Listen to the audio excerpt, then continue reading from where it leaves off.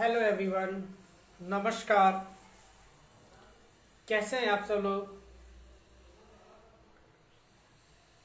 अ, धार्मिक संस्थान अक्सर लोगों को लकीर का फकीर बनाना सिखाती है और सबसे ज़्यादा पीड़ित लड़कियां होती हैं।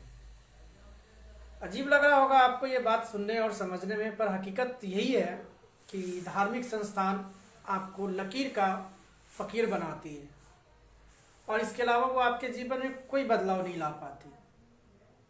आपके जीवन की समस्याओं का समाधान कभी भी धार्मिक संस्थान नहीं बता पाता, क्योंकि वो समस्याओं का समाधान नहीं, समस्याओं से भागना सिखाती है।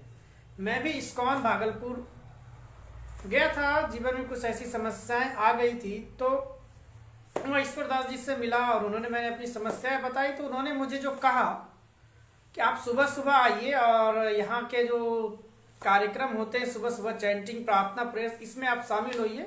इससे आपको एक शांति मिलेगी, आपकी जो समस्या है वो खत्म हो जाएगी। पर समस्या ज्यों की त्यों आज है। वो समस्या का जो समाधान बता रहे थे कि मैं आपको ऐसे इंसान से मिलवा दूंगा जो ये बता सके कि आप अगले जन्म में सुअर थे। हम बोले कि ठीक है, मिलवा दीजिए, मुझे शायद ऐसे ही किसी शख्सियत की ज़रूरत है। तो वो फिर भागना शुरू कर गए इन बातों से और फाइनली 4-5 सप्ताह जाने के बाद मैंने छोड़ दिया। हर संडे जा गया था, क्योंकि लॉकडाउन की वजह से काफ़ी सारे संस्थान बंद थे, तो नहीं समझ में आ रहा था कि करे क्या।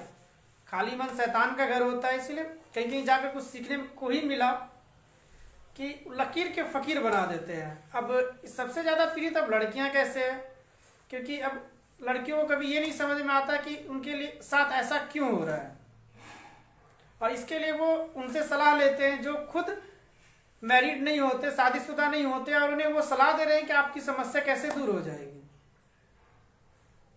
क्योंकि हकीकत में ये होता ये है कि समस्या आपके जीवन में ना आए ये असंभव है, आपसे कोई गलत निर्णय न हो ये भी असंभव है। आज तक ऐसा कोई इंसान नहीं है जिसके जीवन में समस्या ना आई हो, जिसने अपनी गलतियां ना की हो, जिसके कोई गलत निर्णय नहीं लिया हो। लेकिन लड़कियों के लिए गलत निर्णय सबसे बड़ा हो जाता है शादी। चाहे आपके माँ बाप करा देते हो आपकी शादी, या आप खुद से कर लेते हो, या फिर आपके समाज के लोगों की वजह से आपको आम्रपाली जैसा कोई कदम उठाना पड़ता है, आम्रपाली जैसे को भी मजबूर होना पड़ता है। तो ये एक समस्या है, इसका समाधान क्या है, मिल नहीं पाता। कोई भी इंसान का स्वभाव तो बदलने से रहा, और जब स्वभाव नहीं बदलेगा तो फिर जो स्वभाव से जुड़ी समस्याएं हैं वो कभी बदलने से रही। और हकीकत ये है कि एक 16 साल के बाद, 15-16 साल के बाद किसी भी इंसान, किसी भी व्यक्तित्व का स्वभाव बदलता नहीं है, वो प्राकृतिक है। प्रकृति हर किसी को कोई ना कोई एक स्वभाव देती है जिसके साथ आपको गमन करना पड़ता है। शास्त्रों में गलत कुछ भी नहीं लिखा, ऐसा नहीं है। शास्त्र जब लिखा गया उस समय के अनुसार सही है, लेकिन आज वर्तमान में कई सारी चीजें असत्य साबित हो गई है, फिर भी हम उसे क्यों माने, ये मेरे समझ से पड़े है।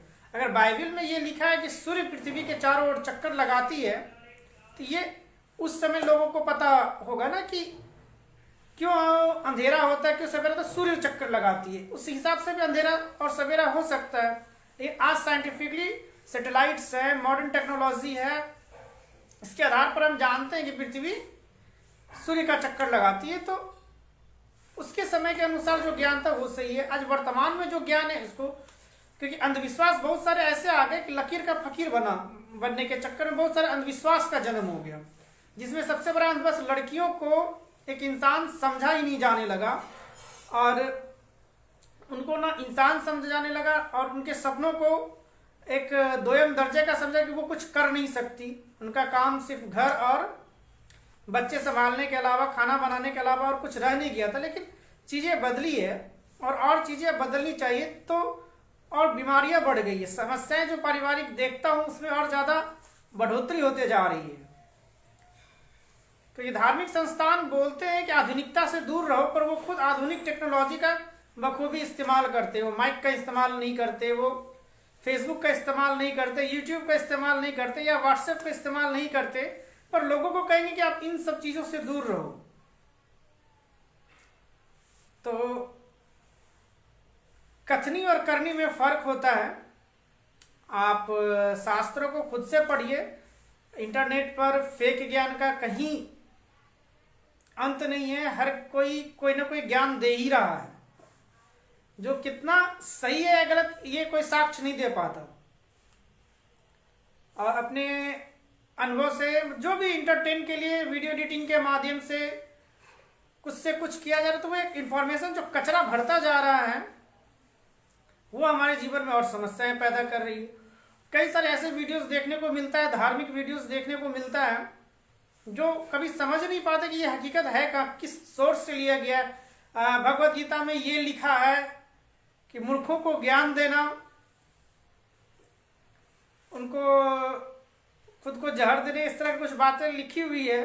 तो मैं पूछता हूँ किस अध्याय और किस श्लोक। तो कुछ लोगों ने लगता है मुझे ब्लॉक कर दिया, वो वेबसाइट ही अब नहीं मिलता।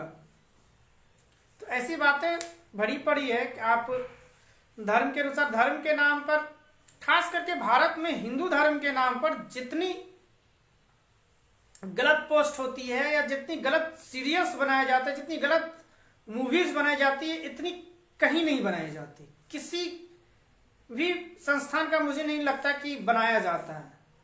आउट ऑफ दी बाउंड्री सारी चीजें लोग डिजाइन कर रहे हैं और उससे लोग देख सुन रहे हैं, उसे हकीकत मान भी रहे हैं। इसीलिए स्वामी दयानंद सरस्वती ने बिल्कुल सही कहा है, वेदों की ओर लौटो, क्योंकि वेद में विज्ञान छिपा है। बाकी चीजों में है पर लिटिल अमाउंट में, बहुत ही कम मात्रा में विज्ञान है। और उसे समझने के बाद बाकी मायावी चीजें भर दी गई है कि लोग समझे कि कुछ उसके अलावा कुछ है ही नहीं। अब कोई दिन भर राम राम भजेगा तो भोजन कहां से खाएगा? कोई खिलाने तो नहीं आ रहा ना, बिल्कुल नहीं आता कोई। इसलिए आपको आपके कर्म करने ही होंगे, आपको अपने हाथ पांव आगे के लिए चलाना होगा, क्योंकि ये हमारी दुनिया है।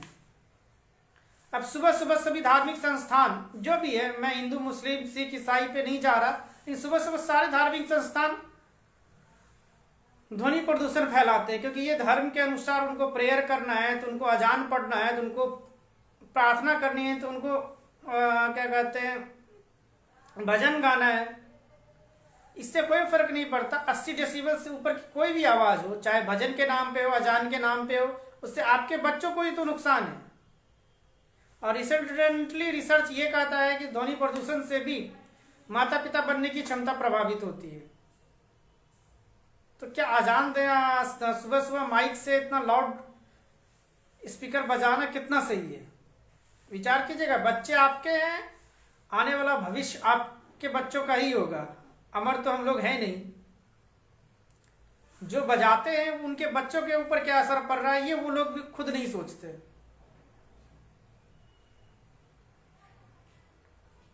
Thank you.